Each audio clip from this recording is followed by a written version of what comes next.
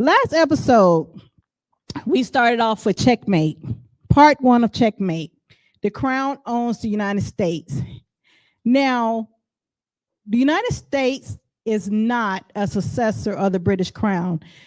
In the last video, you will see where we talked about it has been told in the school systems of all grade levels that the United States defeated the British English crown in the Revolutionary War. And as a result of that, the sovereign authority over all the 13 British English colonies in 1783 became sovereign. So we showed within that last episode of part one of CheckMate, the crown on the U.S., where the United States is the fiduciary guardian of the British crown. Now, Shim, if you would, could you elaborate on fiduciary? We want to just give a recap of that before we go into part two of that series, so that way you can understand where we're going with this. Keep in mind, as we said, Moroccan Post, our goal is to bridge yesterday's information. So we're here to show how yesterday's information for today's news and tomorrow events correlates one to another. So if you would, Shim, could you go over the fiduciary responsibility of the United States as being a guardian of the British crown? Yes. Once the new states was formed and they was allowed to go back into the colony territory, these are like new corporations. These are corporate states able to go back in the industry, corporation, and run the industry. Once they was allowed to do that, based on a 1783 treaty, there was trustee and fiduciary responsibility on the United States, and the function of Congress was invested with the sovereign power, the inherent power. That power means to manage the colony affairs and the colony affair as a new corporation. Of course, the judiciary became the fiduciary. So the branch is part of the United States. I will break it down. The parliament is the trustees, because they was invested like a trust. The settler invested into the trustees certain duties, and they was given certain duties invested to Congress. The judiciary was the fiduciaries, meaning settling disputes and discharging of debts during the court system. So by becoming the new corporate states through the 1783 treaty, they was allowed to run the affairs of the crown. They was relinquished to go back. We still pull the troops back. We'll let you run the affairs. Now, the reason why somebody said, well, how can they be trustees? Well, they didn't have any money. Number one, in order to circulate money in the colony territory, it had to be in the control of the crown, permission. That's number one. In order to regulate commerce and trade merchandise, goods, all that fell into the treaty, commerce, peace. Now, in order for when disputes arise over trade, land, jurisdictional boundaries, and old possession claims, the courts settle disputes, the fiduciary, and discharge their duties. So the United States took on that responsibility. And remember, the people, they had to tax the goods, the commerce, give license. They had the authority to operate in the capacity of the Lord Proprietors. See, you got to go back to the old colony charter. You see how the Lord Proprietors appointed a special commission. They appointed a governor. Sometimes they act as the governor. And then appeals were even heard by the Lord Proprietors. So that power that the Lord Proprietors had, when the esquires wrote the instrument, they allow Congress to have that invested power over the people. Congress could not do that unless the settler created that, wrote that power, and delegated to them. So this is why United States Congress is the trustees. Right now, with money to the budget, any money get released from the Cessna Trust, which is the Social Security Fund, or Survivor Pension Benefit Fund, Congress have to go into legislature and pass legislature in order for the money to be released. Once the money is released, if it's not how it's settled the debts and it goes into the states to operate. Once that is not done right, then they go into the courts, and the courts take over the fiduciary duties to discharge their debts, to settle any disputes. See, when you're settling disputes, Hold on. I don't want you to go too fast. yes, Because you're talking about the elements of a trust. yes, You're actually yes, breaking down the three elements of a trust. yes, Now you mentioned a settler, yes. and the settler of this constitution is whom? The settler is the lower proprietors, the esquires. The esquires are hired to write the Constitution. So the esquires are the drafters. I mean, they are considered the jurists that's putting together, but upon the instructions and permission of the lower proprietors. Okay. Now the second element of a trust would be the trustee. Yes. Okay, so within this constitution, who's the trustee of this constitution? Congress. The vested powers in Congress. The vested powers in Congress. Okay, now you have what you call beneficiaries. I know you heard the third party to a trust is their beneficiaries. Now I heard you say the word, the French word, "cestQ," yes, which is a French word for beneficiary. Yes. Okay, so whom will be the beneficiary of this trust, this constitutional trust? Okay. You got the benefactors, you got the beneficiaries. The benefactors are the Pope, the Catholic magistrate.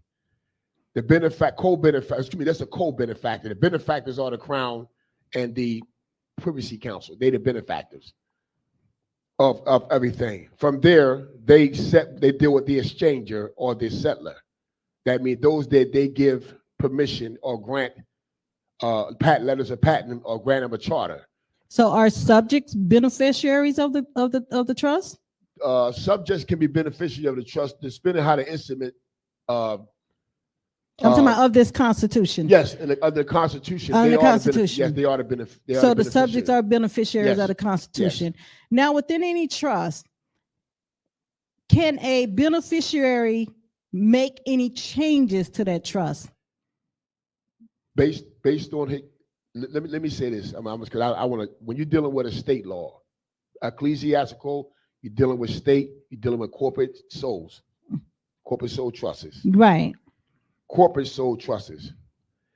The ecclesiastical body, the estate, private state body, dealing with the tribes and clans, and the corporate trust is three different things.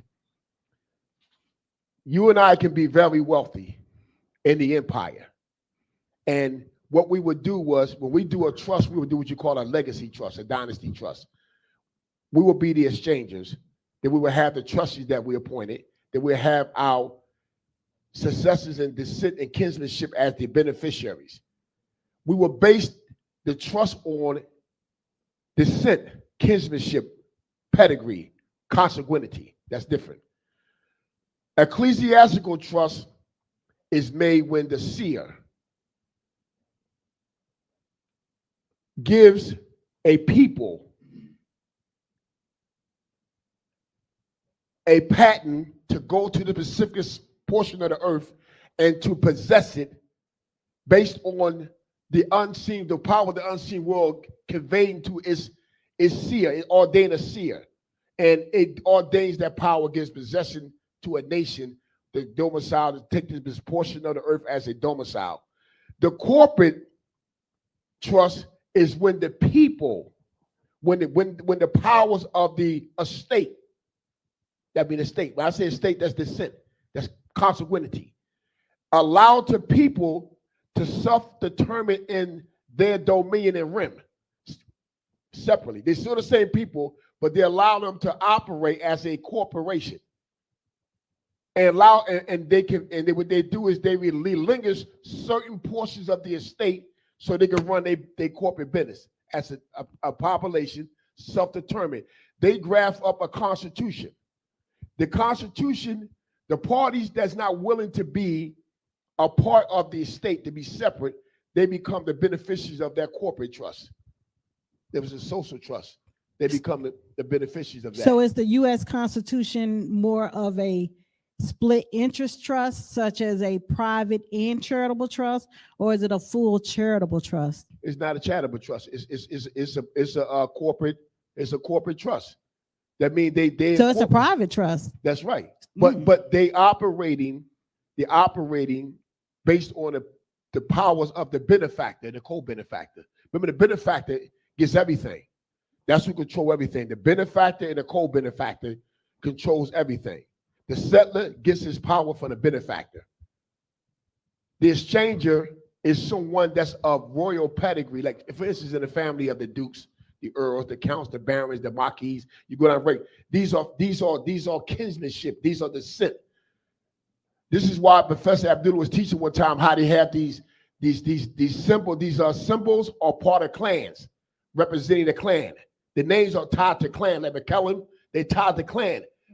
When McKellen are receiving what you call a portion of the estate trust based on pedigree, descent.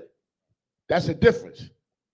That's a totally different trust. The United States Constitution doesn't that, because them trusts supersede that Constitution, the social trust, that corporate social trust. This is why the Supreme Court is litigating. It always make reference that title is not in the state. Okay, now you're gonna have to back that up because we don't want you to run this too fast. Tie that in to today's information. Tie that into today. How is this Constitution? Because one would say, okay, I'm watching these lectures and I'm trying to get an understanding of its importance, and how does this trust, that this Constitution and trust, which is a trust, how is it this trust that was set up years ago, how does this affect me today, and how am I a party to it? How am I able to operate in it, around it, out of it, not be a part of it? Because I hear a body of people that say that we're not a party, we're not part and parcel to this constitutional trust. We're a separate body. Could you explain, Abdullah? Abdullah, I want to hear from you. How is this constitutional trust a party? How does it affect the people of today? All right, so let me give you something that's well settled, because it's important that we understand jurisprudence and we're going to look back. All right, let's look at some instruments. So the question on the floor: are Moors part and parcel of the United States? Let's look at that. You have the Guadalupe Treaty, the treaty between Mexico and the United States. Article 3 of that treaty is the citizenship article. The Mexicans had a choice that the 1 year to decide to maintain to be citizens of Mexico or to become citizens of the United States by treaty, not by immigration, not by naturalization, by treaty. That is Article 3 of that treaty. That's a citizenship article of that treaty. Then you have the 1803 Louisiana Purchase Treaty between United States and France. There's also a citizenship article in that treaty. They were French nationals. Let me back up.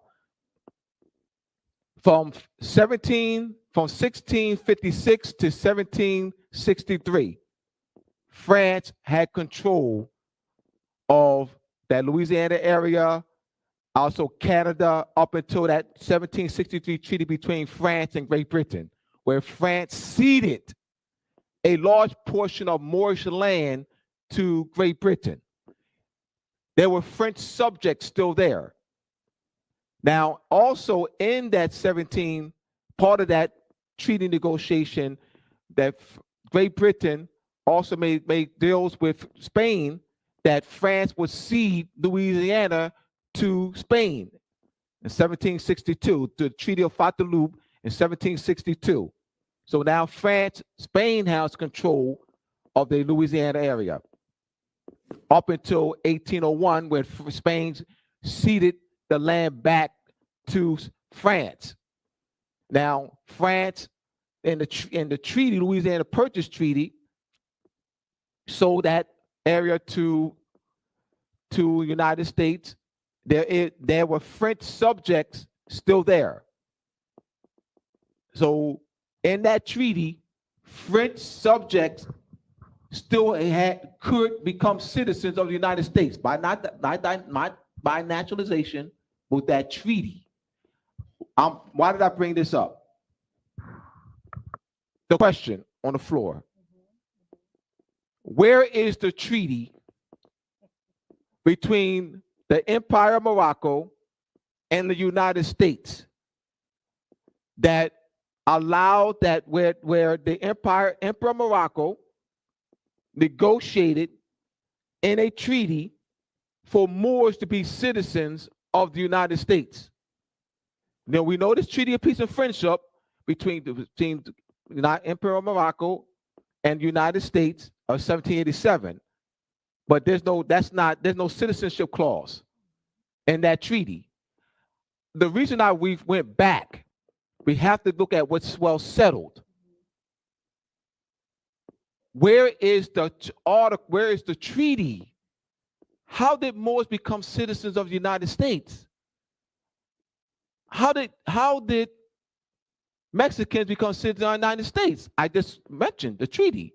How did the French who lived in Louisiana in 1703 become citizens of the United States? The Treaty of 1803 treaty between France and the United States. So I'm looking back, that's something that's well settled. All right, so. What about black, Negro, and coloreds? All right, those are fictions of law.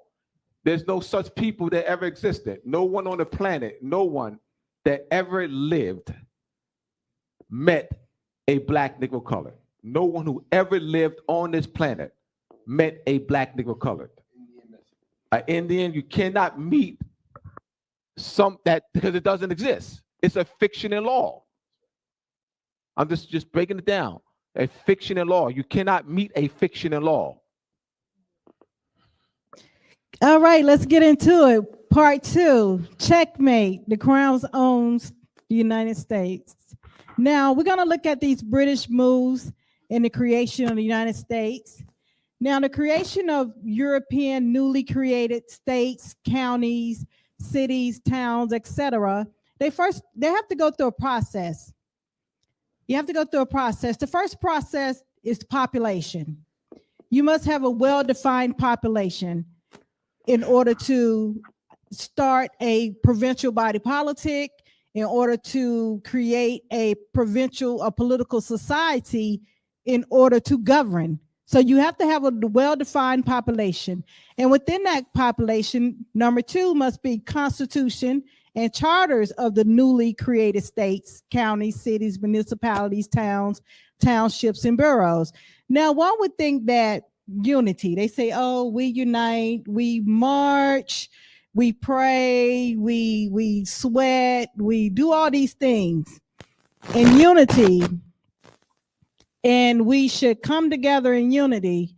But there's been long standings have shown that marching, sweating, campaigns, all those likes is not a form of creating a population, a political body.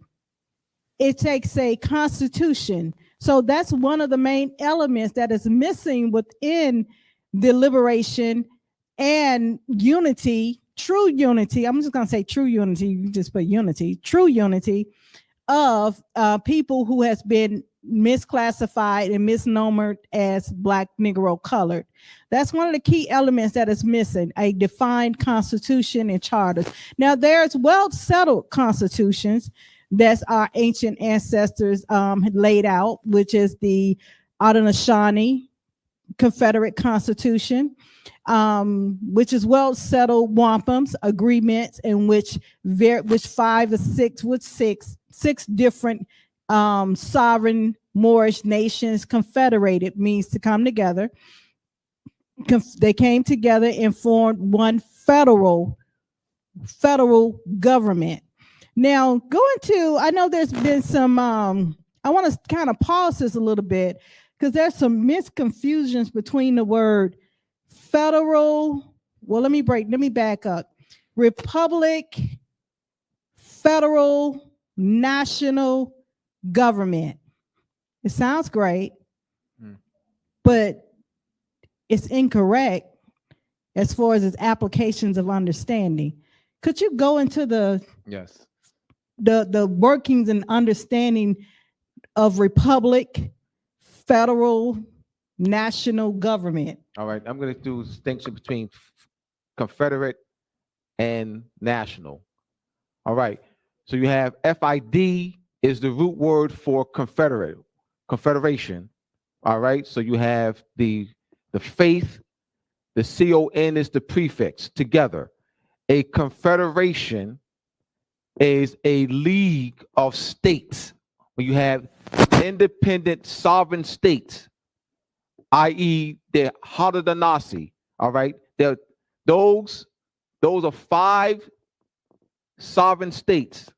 How did that is a federal government. The Haudenosaunee or Iroquois Confederation is a federal government. That is a confederation or a league of 5 independent, free, sovereign states that agreed to come together under one constitution. That is a federal government. A national government. So federal government is where the power is derived from the states, i.e., the 5 independent, free, sovereign states of the Haudenosaunee, all right, Confederation.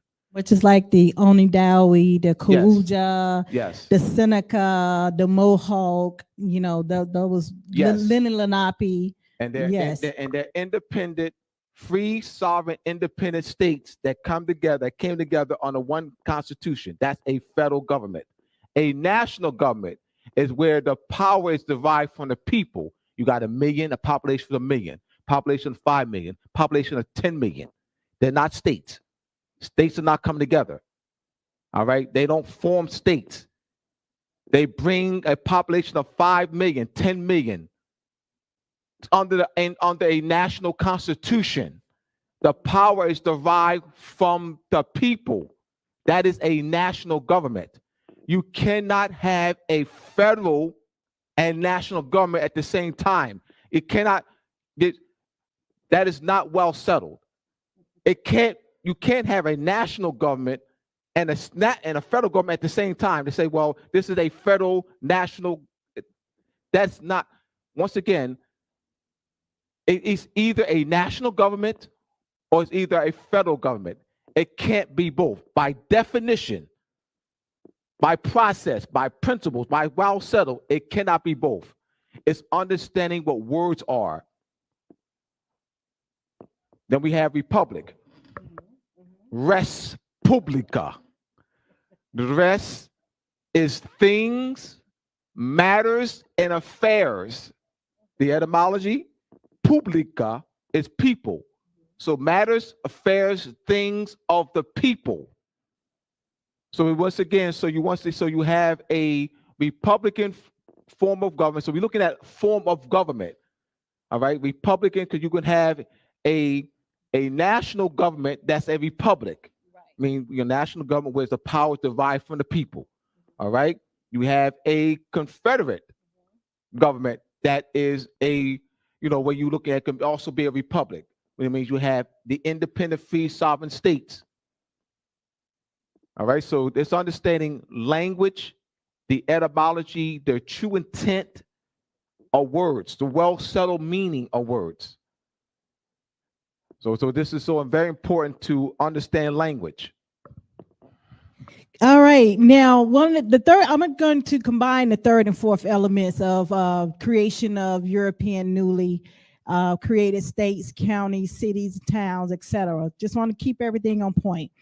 The third and fourth element, and this is where I want Shem to get into, the third element is survey, and the fourth element is architectural drawing and engineer development plan. Now, keep in mind, we did not say land. We said, now we're talking about creation of European newly created states, counties, cities, towns, etc. Survey, Number 3, number 4, architectural drawings and engineering development plan, which means that these states are mere on paper. Now, when we're talking about this, I want Chim to go into jurisdiction in relations to survey, architectural drawings, and engineering development plan. Yes.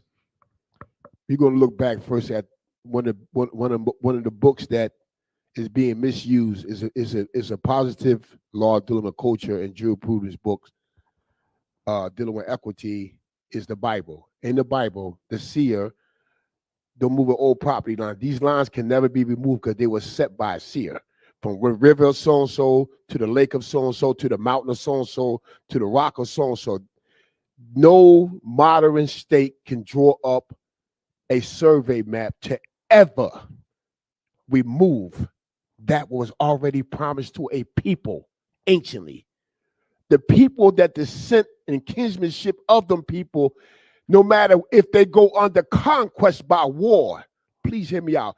Once the peace is settled after the war, the ruling sultan or emperor king always allowed the nation to possess the ancient right to culture and their monarchy and their government, as long as the allegiance is to the sultan, the head emperor or empress. This is the known. I'm looking back. I got to look back to answer this.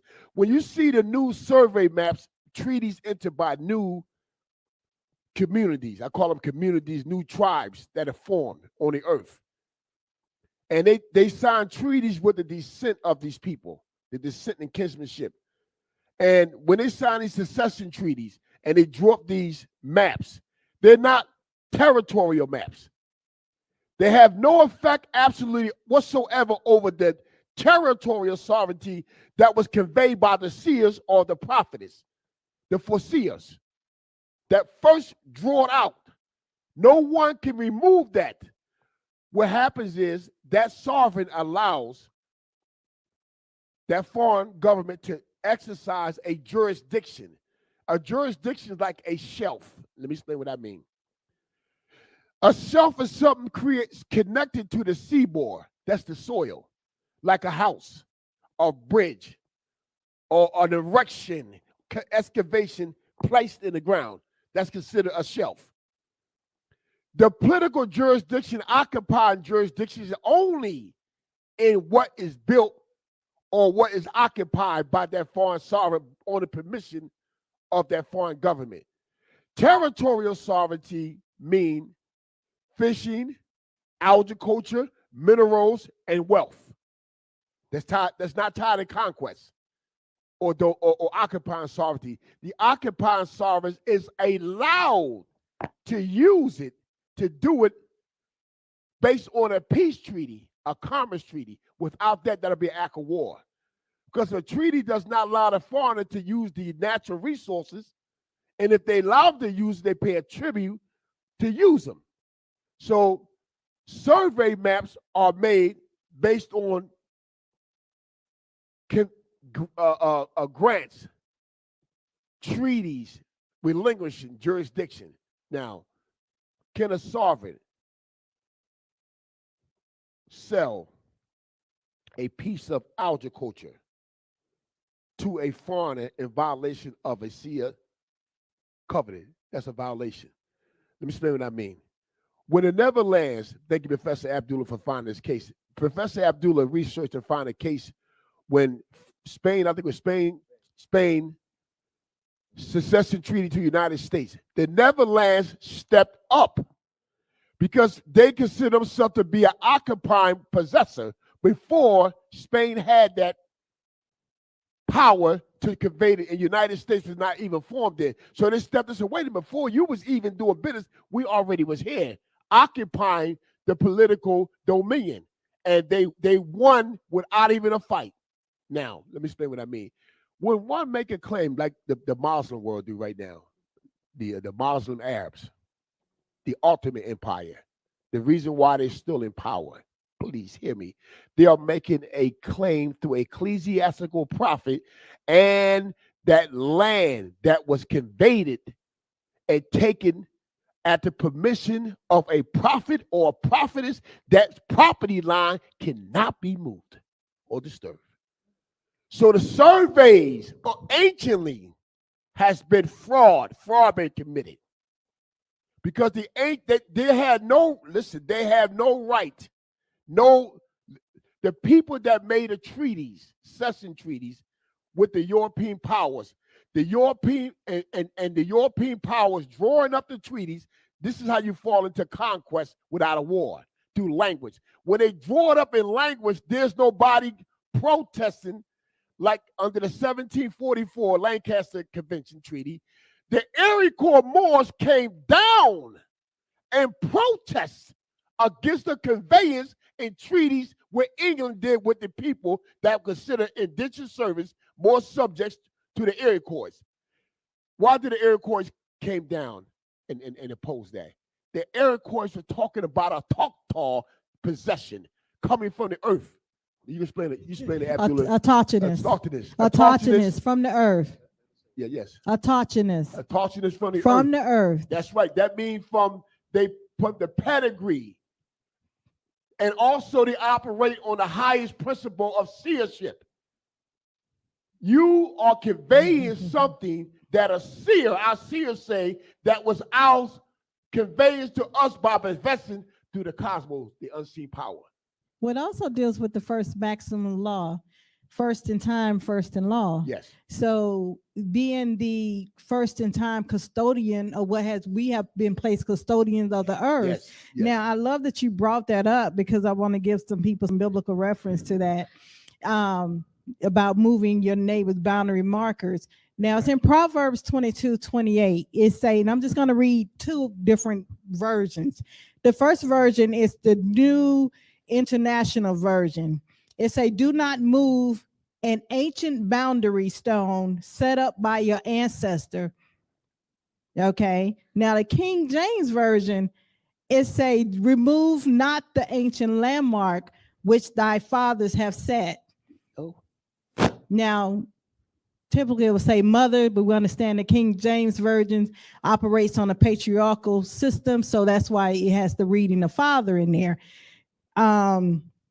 Now you can also look in the Quran. It will also have readings regarding the what will take place in the event that you violate the boundaries of one of your fellow brothers and kinship.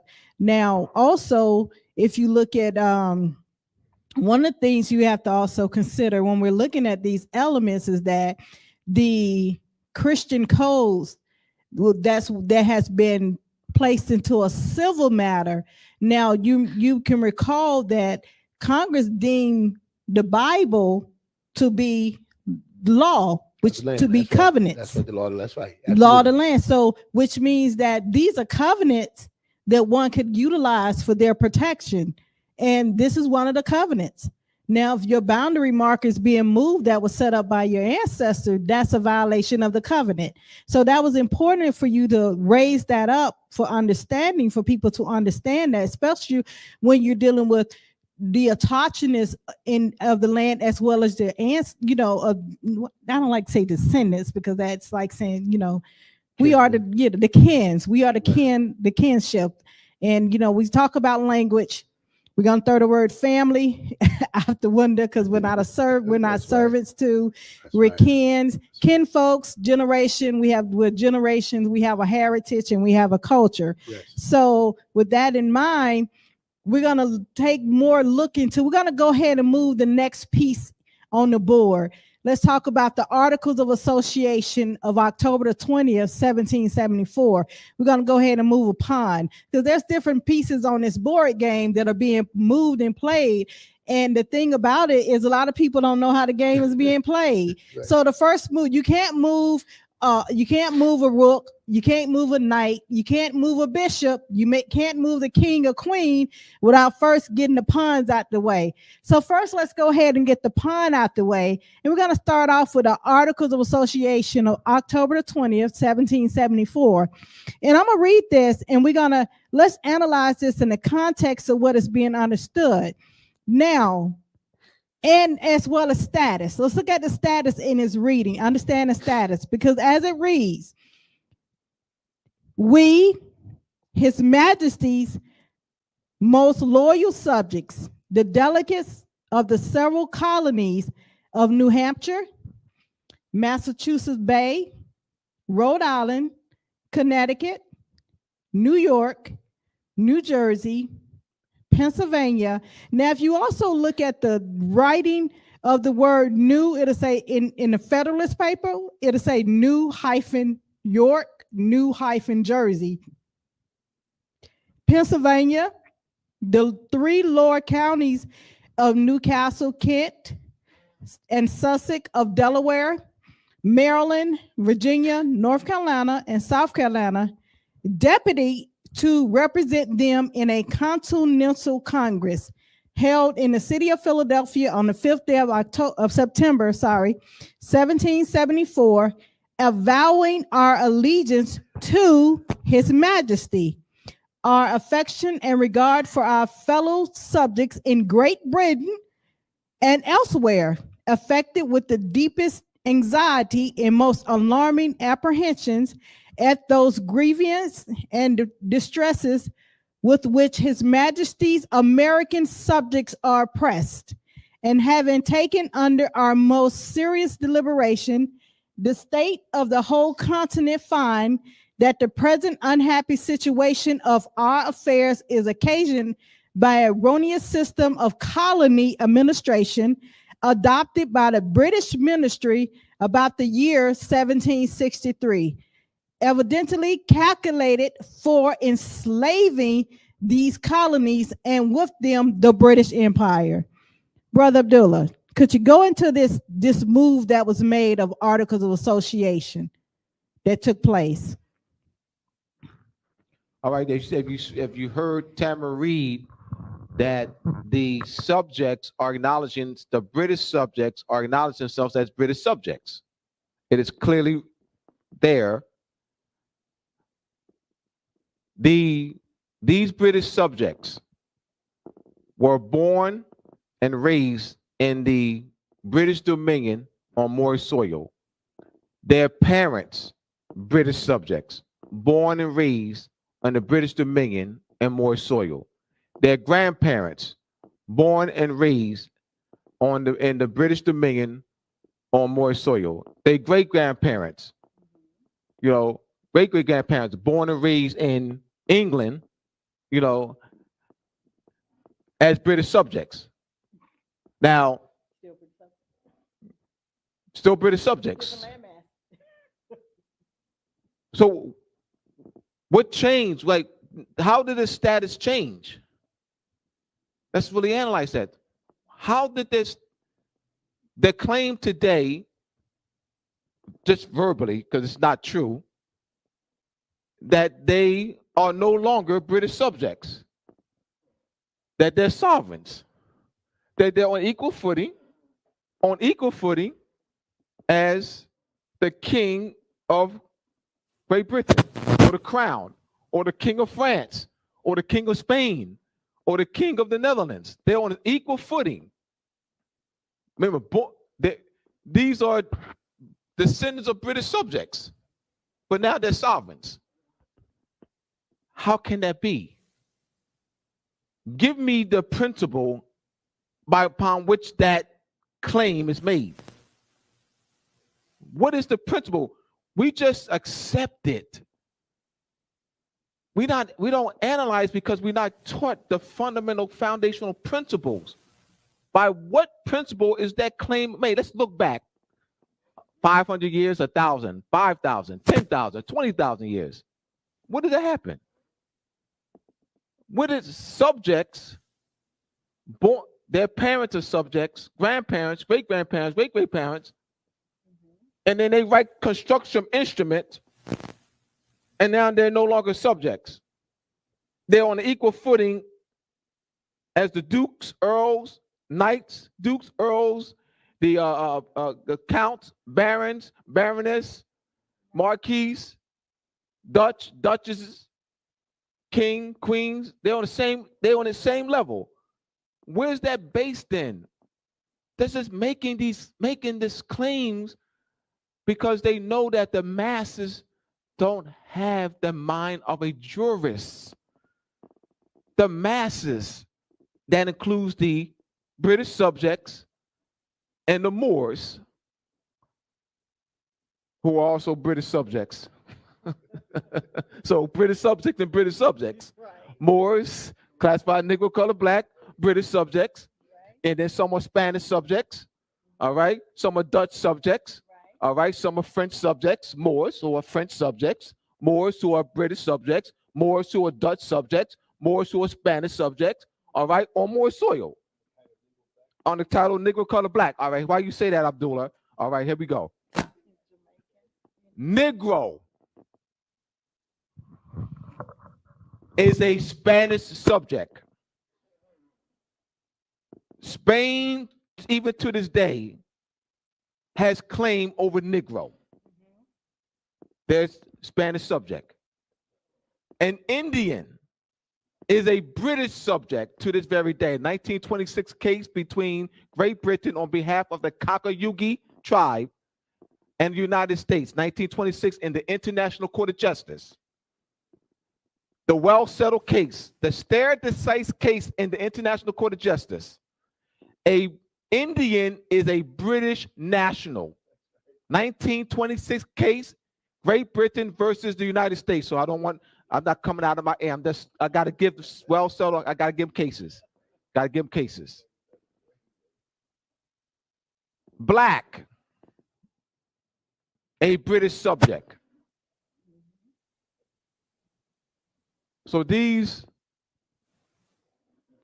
we're going to clear again that writing an instrument does not change. Once again, they acknowledge their status. Yes, they wrote this article association. Terrence, let's put that back on the board. I'm not sure if you had it queued up at the time. The article of association, October the 20th, 1774. You have it up? Okay. They declared it. We, His Majesty's most loyal subjects. We. It didn't say we the people of America. It reads we, His Majesty's most loyal subjects.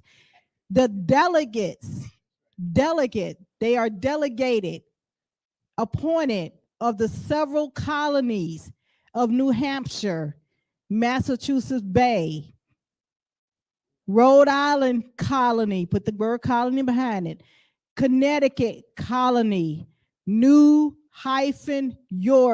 colony, New-Jersey colony, Pennsylvania colony, the three lower counties of Newcastle, Kent, and Sussex on Delaware colony, Maryland colony, Virginia colony, North Carolina colony, South Carolina colony. They were deputed to represent them in a continental Congress. Now, the word continental is misleading. It's very misleading, and we're going to have Brother Abdullah go into that word. We're going to address that. The word continental is very misleading. Let's get into that word. All right, before I get into it, I want to address something. I want to challenge something. Right. This is what I challenge. Mm-hmm. Thinking like a jurist, I challenge the claim that's made in this instrument that they're delegates. I challenge that. Where is the instrument from a Lord Proprietor of the colony or a royal colony? It would be a governor appointed by the crown that delegated them to be delegates. Once again, they're taking among themselves. You have the Lord Proprietors. William Penn is a Lord Proprietor. Duke of York is a Lord Proprietor. Duke of York, his brother Charles II, granted New York to his brother in 1664 in the charter. William Penn, Charles II, in 1682, granted William Penn a charter. These are 2, Lord Baltimore. These are Lord proprietors. So this is a colonies under proprietorship. Then you have what's called royal colonies, which are whereas the governor of the colony is appointed directly by the crown. Then you have colonies that are under the corporate control, as in Virginia Company. Right. All right, so either the Virginia or a company, where is the delegation of authority order from a lord proprietor, a governor of a colony, delegating them to be delegates? They're using these names, Virginia and North Carolina and South Carolina.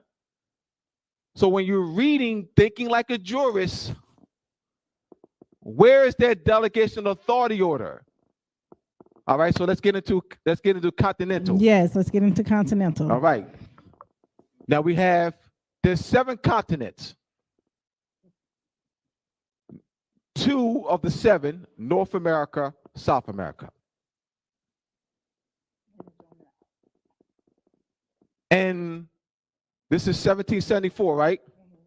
In 1774, Spain occupied the Louisiana area, Spain. In 1774, remember that was ceded from France to Spain in 1762. So Spain. So you have Spain. You have 1774, right?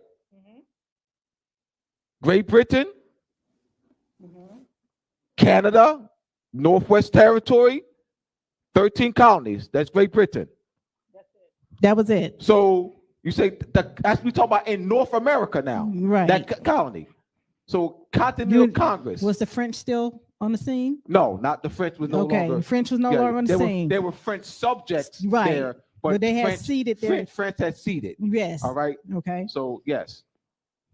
Now, Continental Congress. Based on the word Continental Congress, we have an adjective there. AL is an adjective suffix ending pertaining to Congress. It's a Continental Congress. That means that based on the term that this Congress has jurisdictional control and territorial sovereignty control over the entire North America and legislating. So that's what's again, it's words, analyzing words. All right. All right, let's make another move on this chessboard. Let's go to the Declaration of Independence of 1776 and analyze what is the Declaration of Independence? Is it a royal charter? Or English land grant? C, is it an English royal letter patent? D, is it a compliment letter drafted by English subjects? Oh, I'm sorry, complaint letter. Sorry, is it a complaint letter drafted by English subjects? Or E, is it an ecclesiastical degree from the Pope, whom act as a seer? What say you? All right. Is it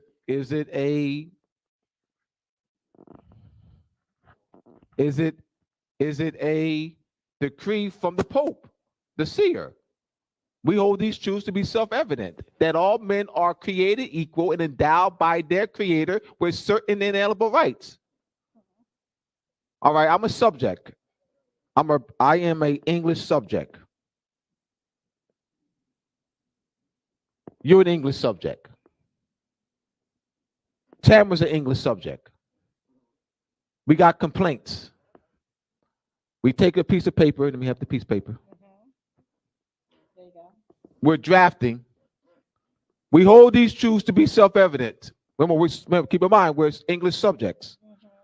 We hold these truths to be self-evident, that all men are created equal and endowed by their creator with certain inalienable rights. Among these are life, liberty, and pursuit of happiness. We're no longer English subjects. We're no longer English subjects, y'all. All right. Where's that? Is that well settled? You're on foreign soil. Your parents English subjects, grandparents English subjects. So does the instrument make you on equal footing, make us on equal footing as the barons, dukes, earls, counts, countants, danes, duchesses?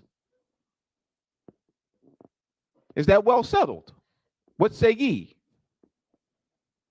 Well, you're taught in the schools that instrument, the Declaration of Independence, made them independent from Great Britain, that they declared they're independent from Great Britain.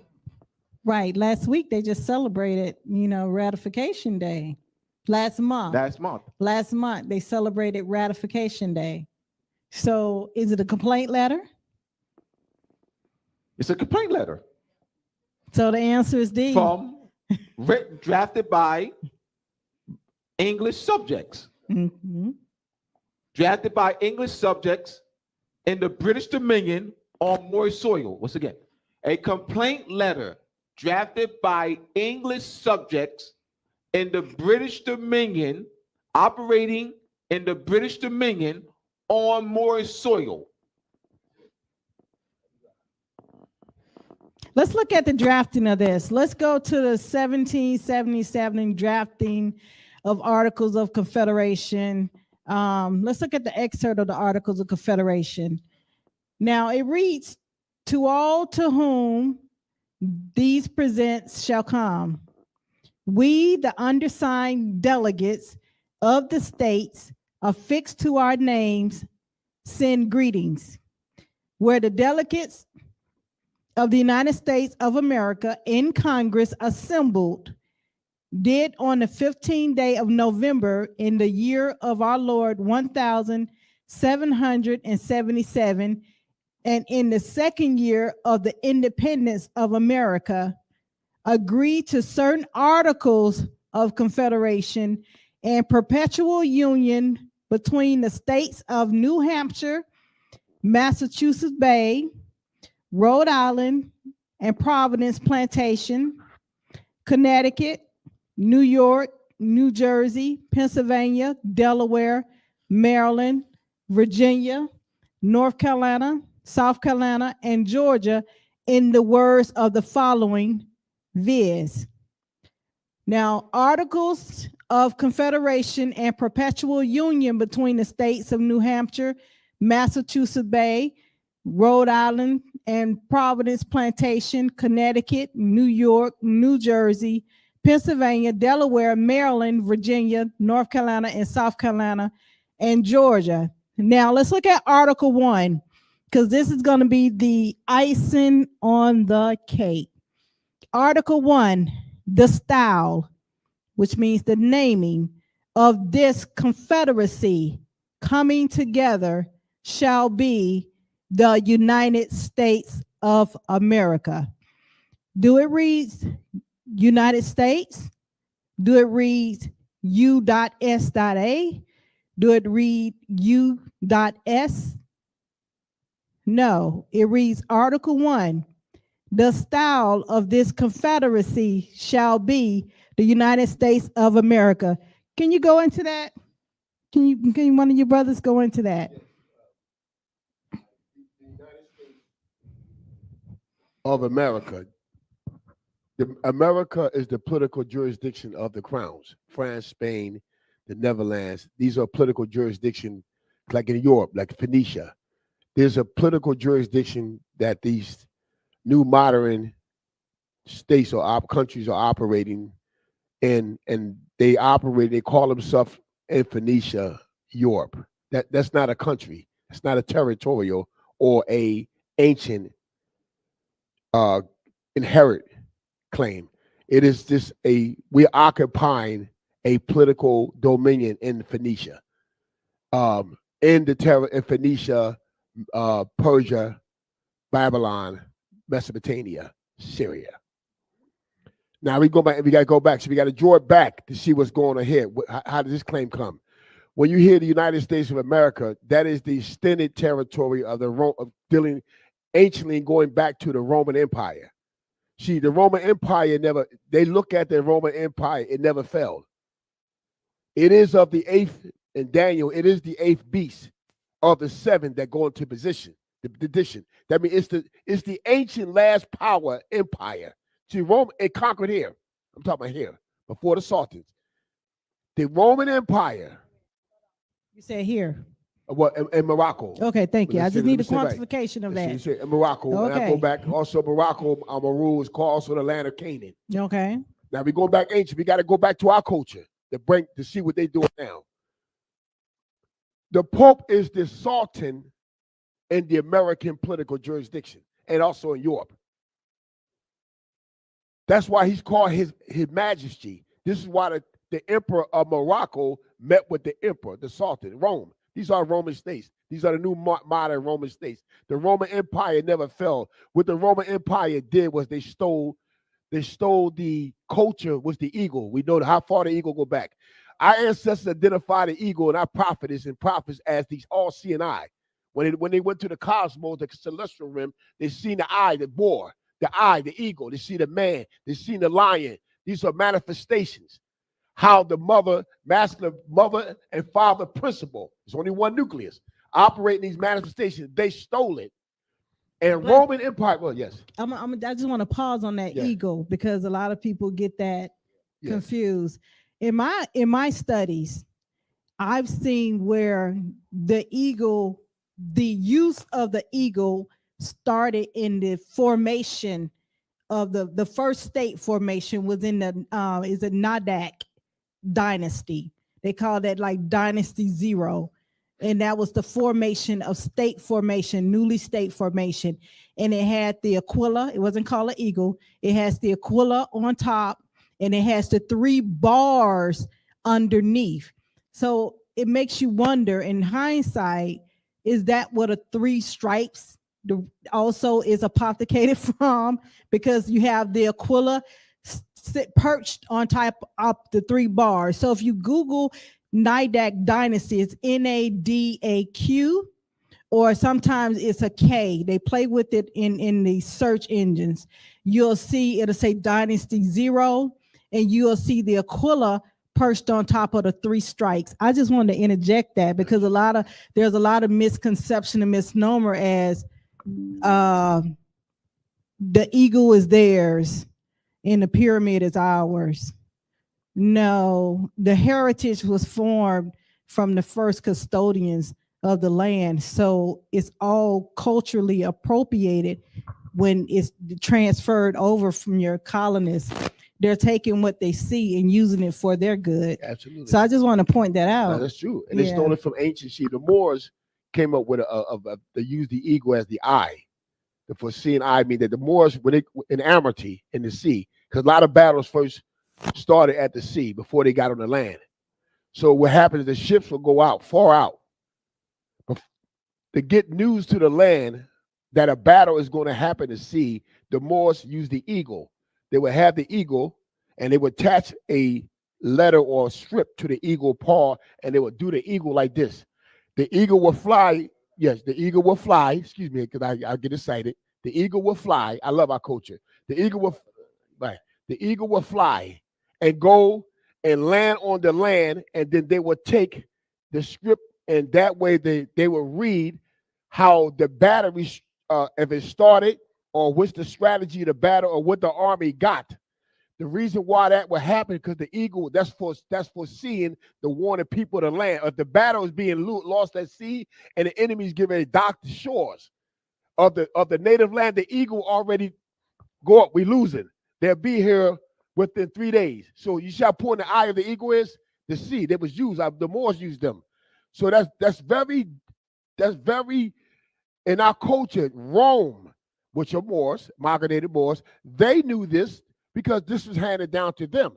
This is why they had a symbol of the eagle. That's why the eagle is so important. So this culture, which you see they using in modern time, where they hide. That's our culture. It's not hidden. It's not hidden. It's right in plain sight. Now it's in the movies and everything. Like I'm not sure if everyone has, quite sure everyone has watched the Game of Thrones. Now, if you watch the Game of Thrones, you will see that the Aquila, aka eagle, is used as their main messenger birds. Like they will write they will take the ink, the feather, and dip it into the ink and write, the message on the scroll, and they'll roll it up so it can go into the talon. That's right. So it can go into the talon of the eagle, Aquila, and then the Aquila will understand its direction it will need to fly in order to send a message. So if you watch Game of Thrones, you will see they are showing you the ancient practices, the practice that took place of using the Aquila as the messenger. Just think about it. You have what you call the mouth. The mouth of the Aquila is called the becus, correct? Yes. Now the becus, what is also shaped like the mouth of the becus of the Aquila? Right. No, the mailbox. Oh yes, that's right. The mailbox is shaped like it's the yep, messenger. It's shaped like the becus. And right. what else is shaped like the becus of the Aquila?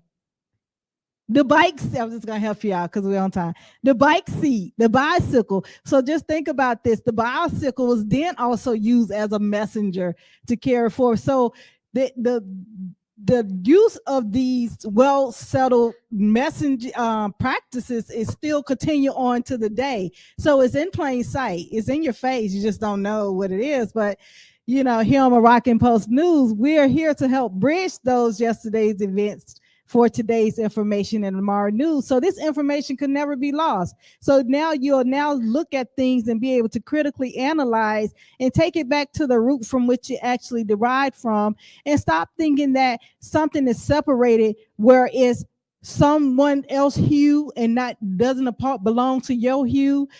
Skin tone, which your skin tone doesn't have anything to do with it. It's about your heritage. It's all a part of your heritage and your culture. So reclaim your heritage and your culture.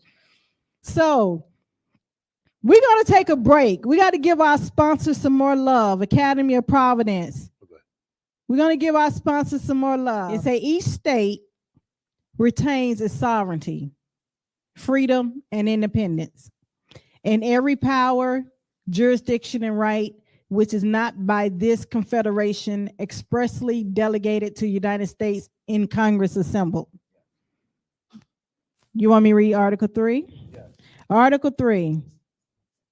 The said states hereby severely enter into a firm league of friendship. Now that's what you talked about, the league of different states coming into a confederation. So it said the said states hereby severely enter to a firm league of friendship with each other for their common defense, the security of their liberties, and their mutual and general welfare, binding themselves to assist each other against all force offered to or attacks made upon them or any of them on account of religion, sovereignty, trade, or any other pretense whatever. All right, Abdullah. So you have there where by each state is agreeing to retain its sovereignty, its independence, its freedom. That language is constructed there. Mm-hmm. Now that same language is not constructed in the Constitution. Right. Now, Shem, I want you to go into why isn't the Article of Confederation a constitution? So we have Articles of Confederation of 1777, which was drafted in 1777, put into force in 1781. Mm-hmm. Then you have the Constitutional Convention of 1787. So why is the Articles of Confederation a constitution? All right. Absolutely not. And the reason why, because the population of people that was in the revolt against the crown didn't have a status. They was British subjects and was not allowed to confederate as independent states without receiving a charter or being a lord proprietor or having a letter of patent or royal charter as a company. They determine among themselves to be independent. When that happens without the approval of the supreme power, that's a revoke. You no longer, you're a rebel now. Crown, right? Yes, That's the that's crown. the crown. That's right. So they That gives the making crown. disambiguous moves, correct? That's right. All right, go ahead. And they even though it say the Articles of Confederation, meaning they are considered as populations, distribute separate, individually operating in different colonies. As they're looking at in these colonies and this dominion today, we consider ourselves to be independent states, and we're going to come into a confederation among ourselves, and we're going to war against anybody that challenge our authority. That's a revoked revolution, because the supreme power did not ordain that. The crown did not ordain that. And this is a principle. In order to become a confederation, first, you have to first be a charter state.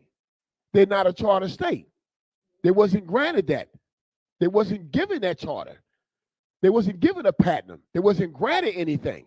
So this is a authority by force. We're gonna defend ourselves.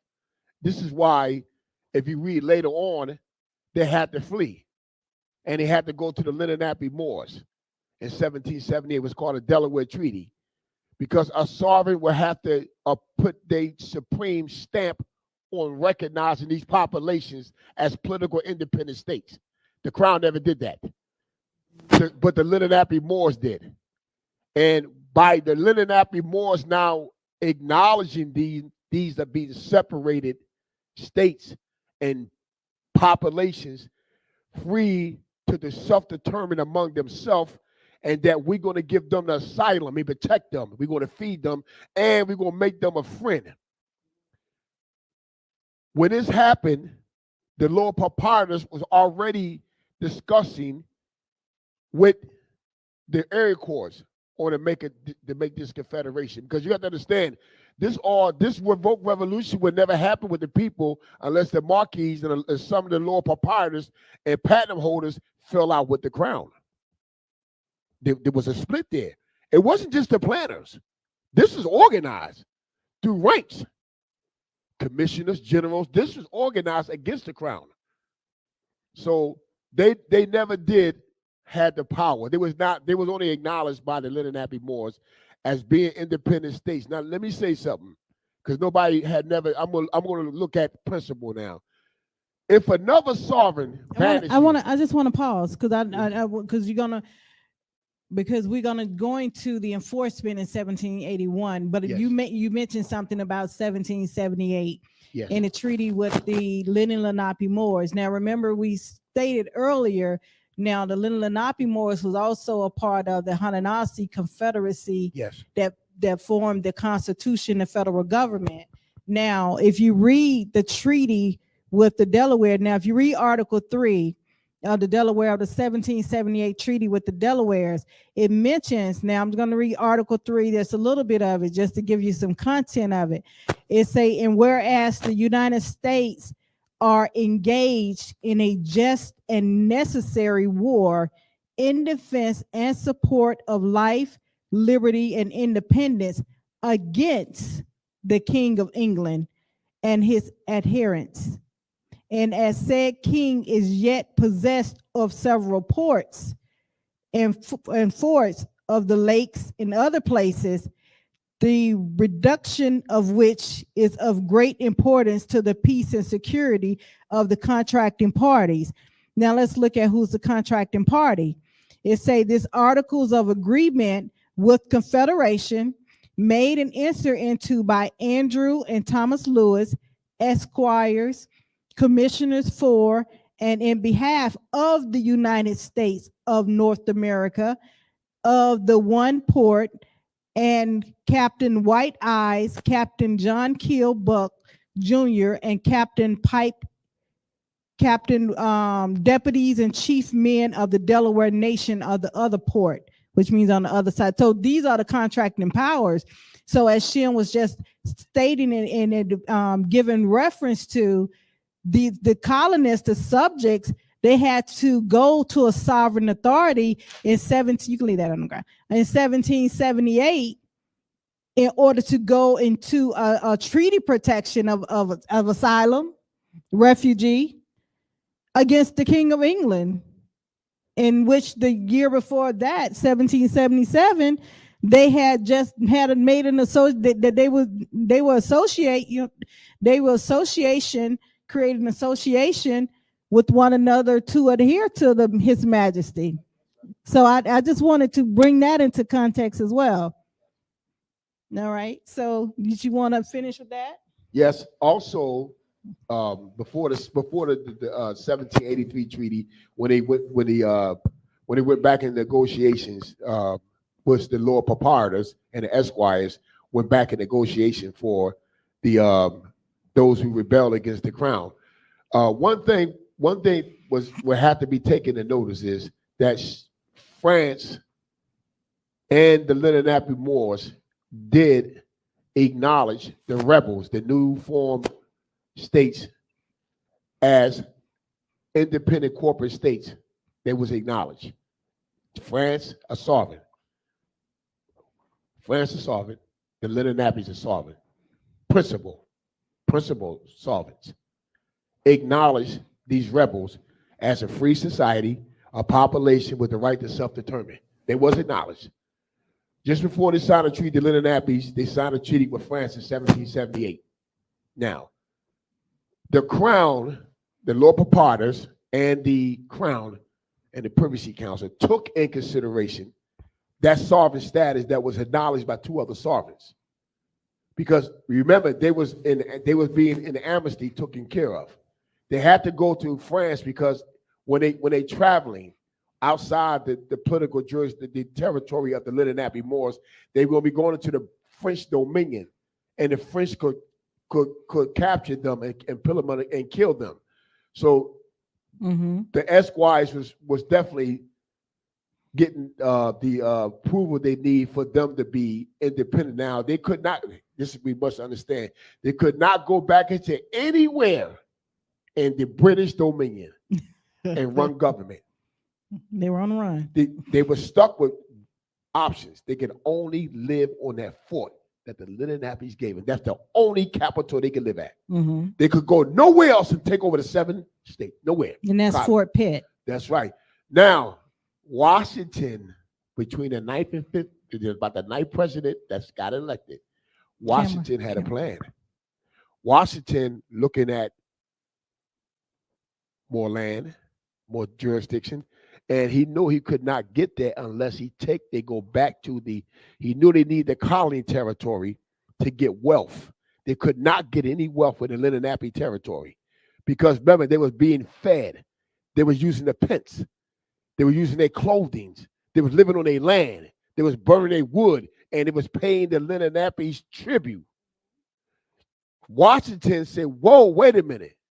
We got to go back.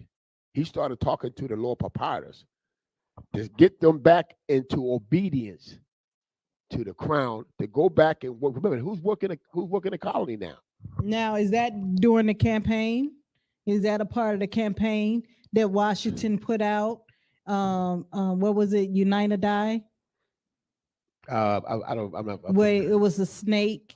He had the snake, and he cut the snake up into 13 pieces. Yeah, they made a symbol out of it. Didn't they have a symbol out of it? Well, he had this. It was a snake, and it was diced up into 13 different pieces, and it started off from Massachusetts Bay all the way down to Florida, and it was unite or die, basically, because they were in violation against the king. Yep. So Washington ran that campaign for unity with the different states. So as we look at the enforcement, the 1781 enforcement of Articles of Confederation, we're going to talk about secession and ceding, because it's important to look at these words and its content. Now, secession, is a Latin word meaning a given up and retain. That meaning throughout the world evolution passing through Old French and Middle English pretty much untouched. Now, Max Planck Encyclopedia of International Law, succession is an understanding under international law by which territory is transferred from one state to another with the consent of both states. Now, it's a consent, not by force. It's a consent of both states. Now, that you also have the evidence of that in 1492 with the Spanish, with the Moors ceding its jurisdiction over to in 1492. So that's when we say territory is transferred from one state to another with the consent of both states. Now you also have secession is the act of giving up something, usually land, by the agreement in a formal treaty. Now you have the 1492 treaty, and in international laws, secession commonly refers to land transferred by treaty. Now there's a difference between secession and relinquish. Relinquish is to grant, transfer, or to convey, which is separate meaning. So let's go back to, right. So let's just go back to secession, which is, let's look at the meaning of secession. It's the act of giving up something, usually land, by the agreement in a formal treaty. Now you want to touch on that, Shim? Yes. Now let's look at you can hear the word secession. First of all, there's no land. There's no land conveyed.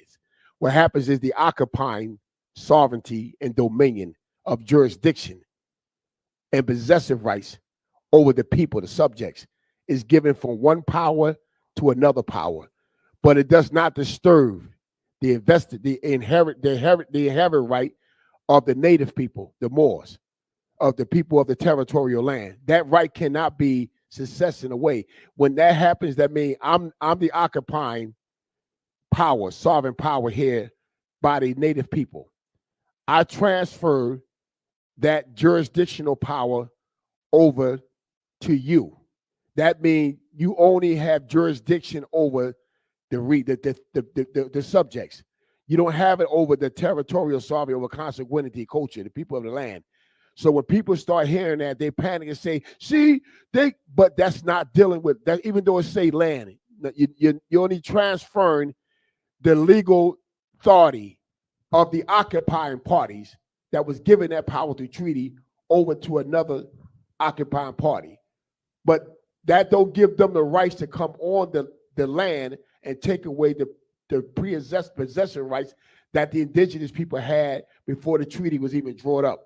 So when France ceded to Great Britain the territory, that gave Great Britain political power to exercise its crownship power over the territorial sovereignty.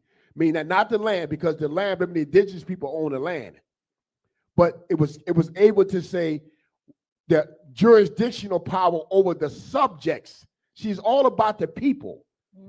So the crown can only control and regulate what's a subject to her or him. If the native people, before they even stepped on the shores, was never a indentured servant or subject to them.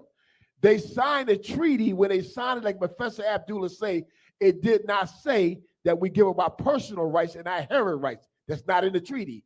No, and we give up all our land to you to do it with it as it is. The agriculture, the water, it doesn't say that in the treaty. So you got to see they're playing the land. They throw the land in there and make you think that, oh, the land is theirs. No, that's not true. You have to be a jurist to see that. If he's in a world court, that will come up. What do you mean when you say you ceded land? What do you mean you ceded land? They have to look back. In order for one to cede land to another occupying sovereignty, where do you derive the authority to cede that land? We need a treaty or instrument to have land.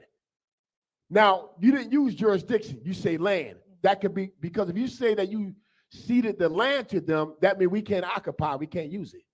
That has to be challenged.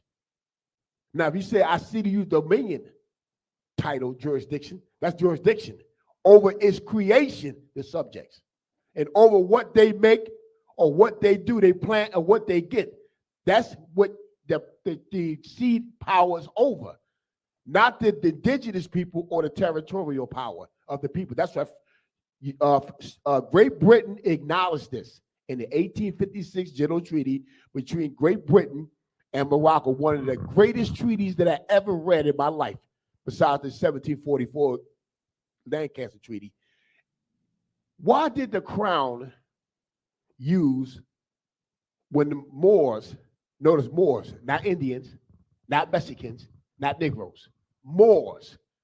When a Moor is a defendant in the British Rim, the British dominions, that the Moor has original jurisdiction. What is the crown doing? It is acknowledging the right to territorial sovereignty that the Moors had before they entered the treaties with these European powers. This is also acknowledging the Acre Algiers. This is, oh yes, it's very well acknowledged. So we have to very pay attention when we read these words, even though we see cession treaties, they did this, they did this. But the fact of the matter is, when an argument, international dispute comes up, did the occupying sovereign have a right to cede the land? See, we're talking about land now. We're not talking about, you saying land. What do you mean? That has to be defined. Now, there's been a play on words. Yes. With the word native. Now, when children of the day open up their school books and they say this is a native, they're not looking at someone that look like you and I, correct? That's right. That's right. That's right. So there's been a play with the word native. You know, there's been a play with the word America. Who's American? Who's not American?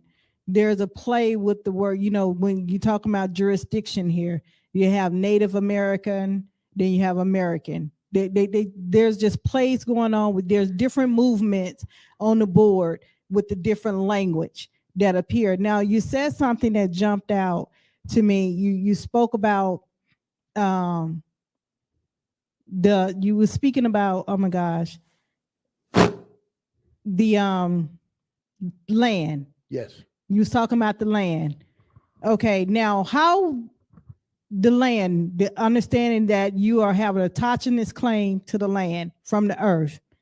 Now, people today, they're looking at this, they say, okay, you're talking about a treaty of, you're talking about a treaty of 1700s, 1800s, even early 1900. How does this apply today, where you have the people that are natives, autochthonous, indigenous to the land?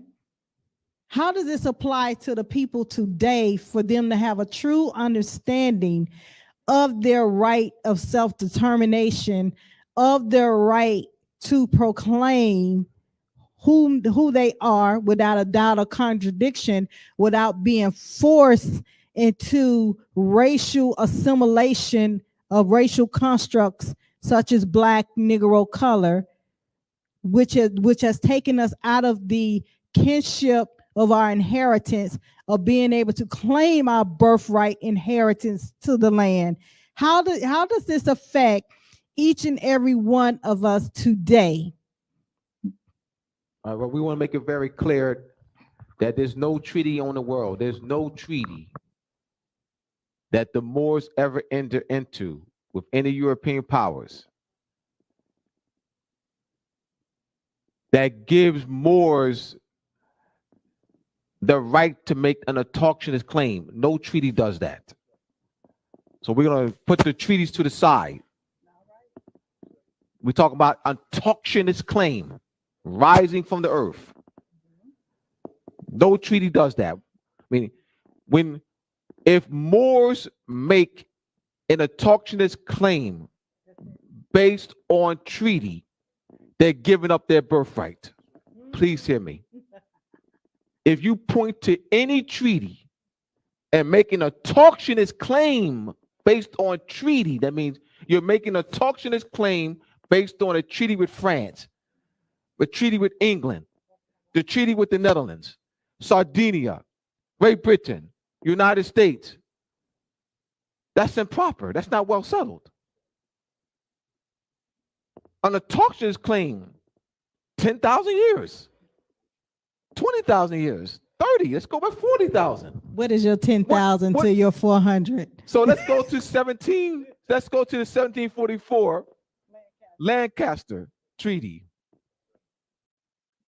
Great Britain and the Iroquois, the Haudenosaunee Confederation convened in Lancaster. Great Britain poking her chest out. 300 years. They were peacocking. We've been here for 300 years. Well, what does 300 years have to do with rising from the earth? That's an autochthonous claim. Checkmate.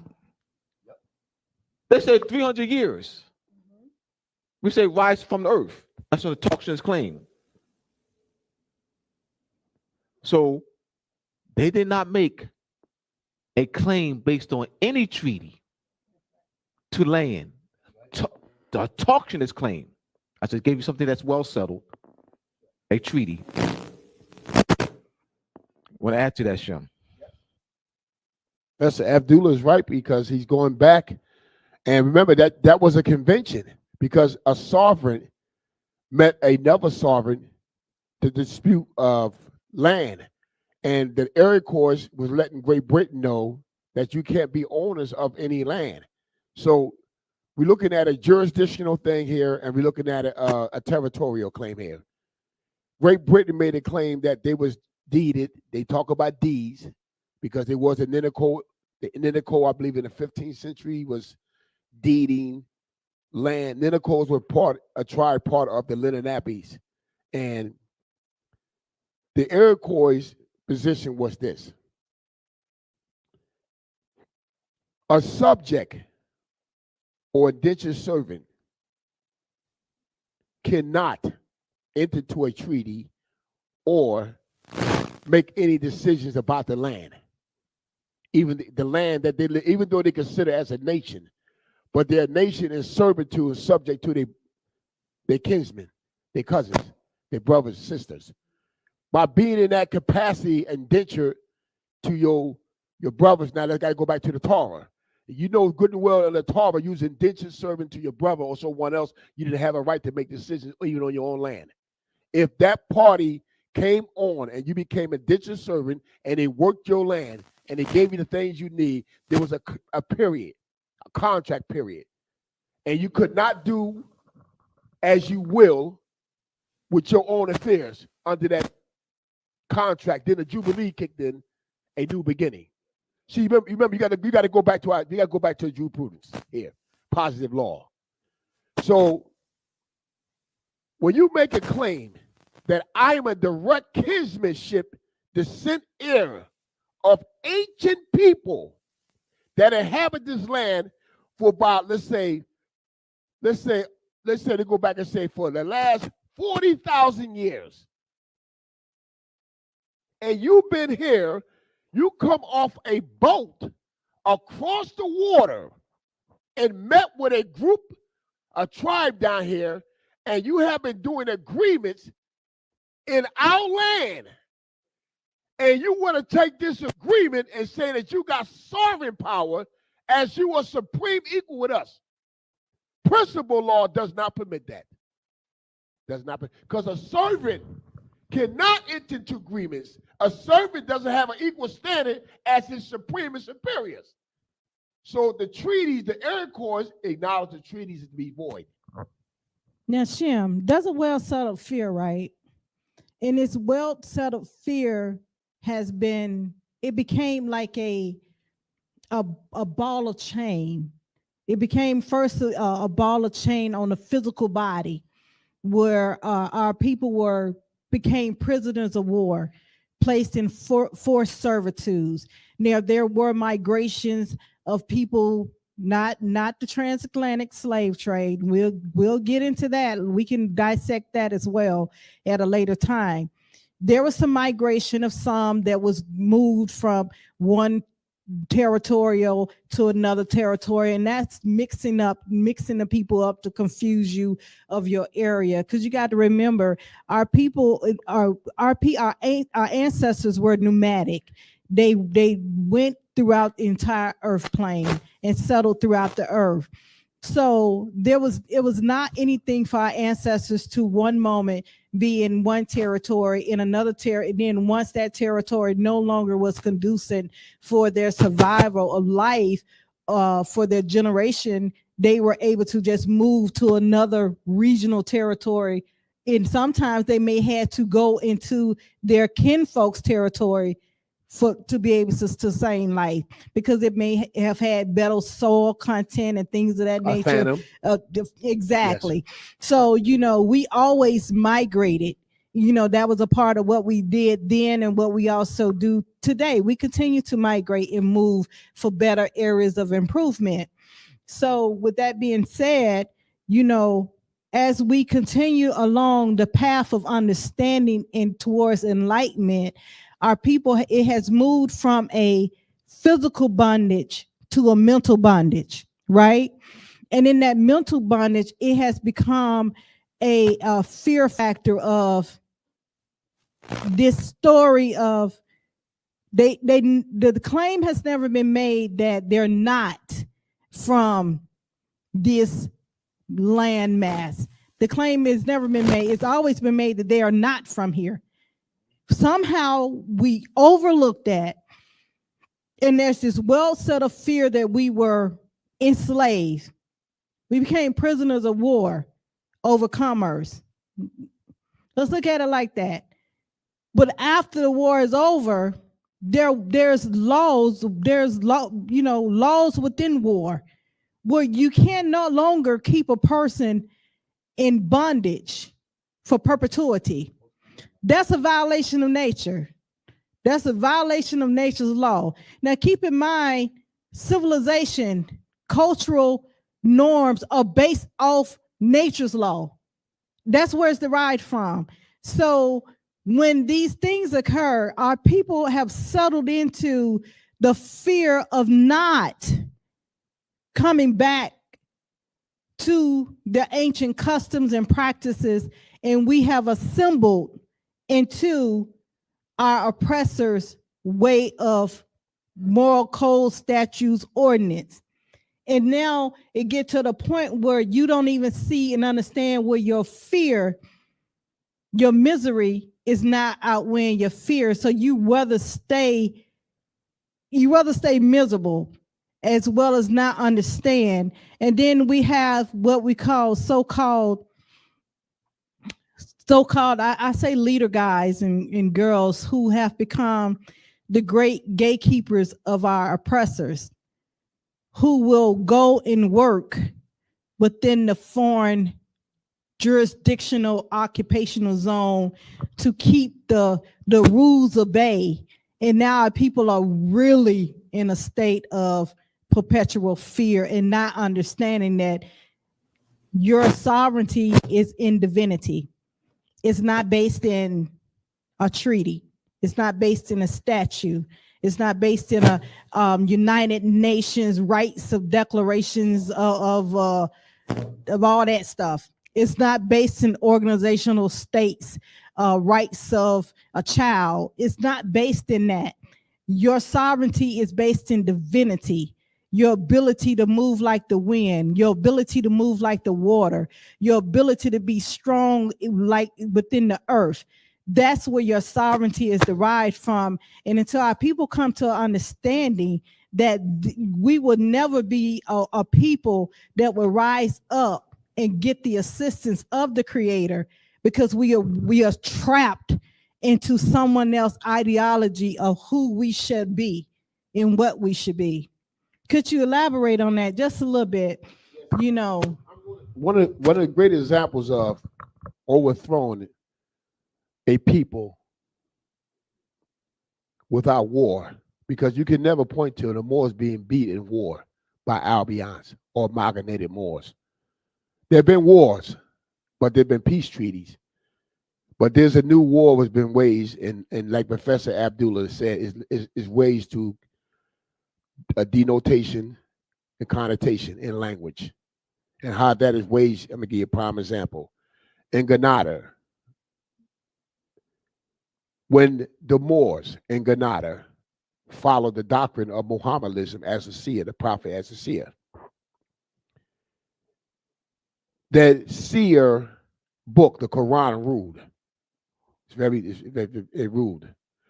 The moment that Queen Isabella and the Pope came up with a plan to, see, you have to learn language, to convert the people to give over their political allegiance to Catholic faith that's disguised as under the form of Christianity. Catholicism is a doctrine. Christianity is divinity.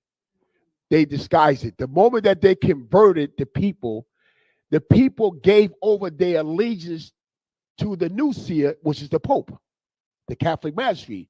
When that happened, in the power structure of the nation, there became a division.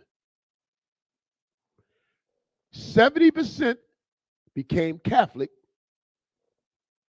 30% was Muhammad followers. So the Muhammad followers that had the ball and chain of ruling fists agreed before the nation go to a civil war. They're allowed to enter into a treaty. And Abdullah, you can break the treaty down more than I bet it I can. The Granada Treaty at King Isabella and the Pope, and how they entered, but they made a treaty to protect even though you got Mohammedanism and you got Catholic, they still made an agreement to protect the native Moor, called cultural rights, possession rights, talking his claim to the land. That was protected. See, in that treaty, that right to territorial sovereignty was protected. And that's what you need to go and read the Granada Treaty and read the history on it, and you see what I'm saying. 14 what? 92, yes. Yeah, 1492. Yes. Treaty of Granada. Yes. Yeah, November 25th, 1491. It was signed by Abu Muhammad and put into force in January 1492.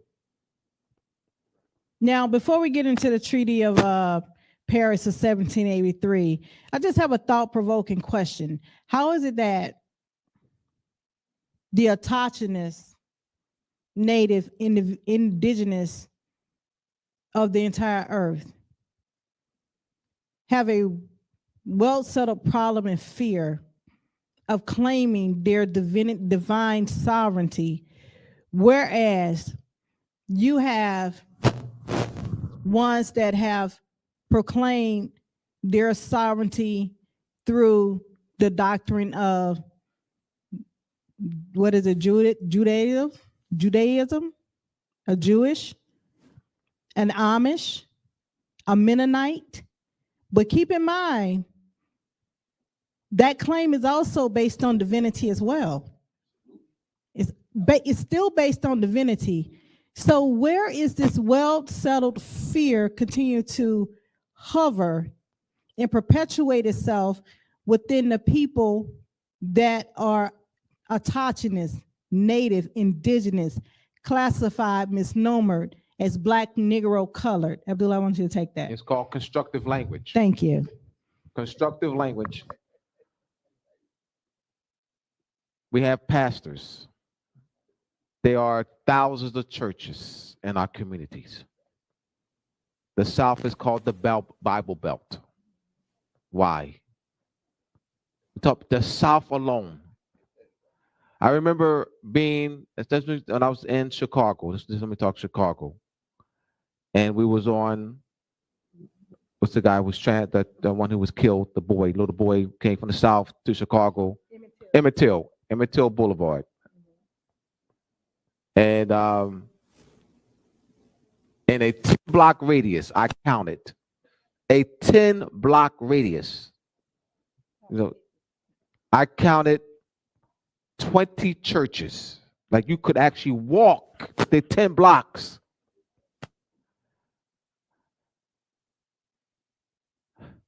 These churches said, because I gotta say, I have to say it because in order to answer the question, I gotta be specific. The churches. That well-settled fear, the lack of knowledge of who we are. So we have churches and schools, two institutions that in all our communities. In all of our communities, we have churches and schools. Those two institutions are the institutions that maintain and facilitate our mental oppression. Those two, churches and schools. I have to name them. I have to say it. Because in order to answer the question, I have to identify the institutions, churches and schools. It's very important. What will liberate our people? Proper guidance. They need a lighthouse. They need a lighthouse. The lighthouse is the knowledge of the galactic cross. The lighthouse is the knowledge of Christianity in its original intent and application. The lighthouse is the knowledge of your nationality, your history, your culture, your philosophy, these treaty protection. The lighthouse. Without that, the fear will be maintained.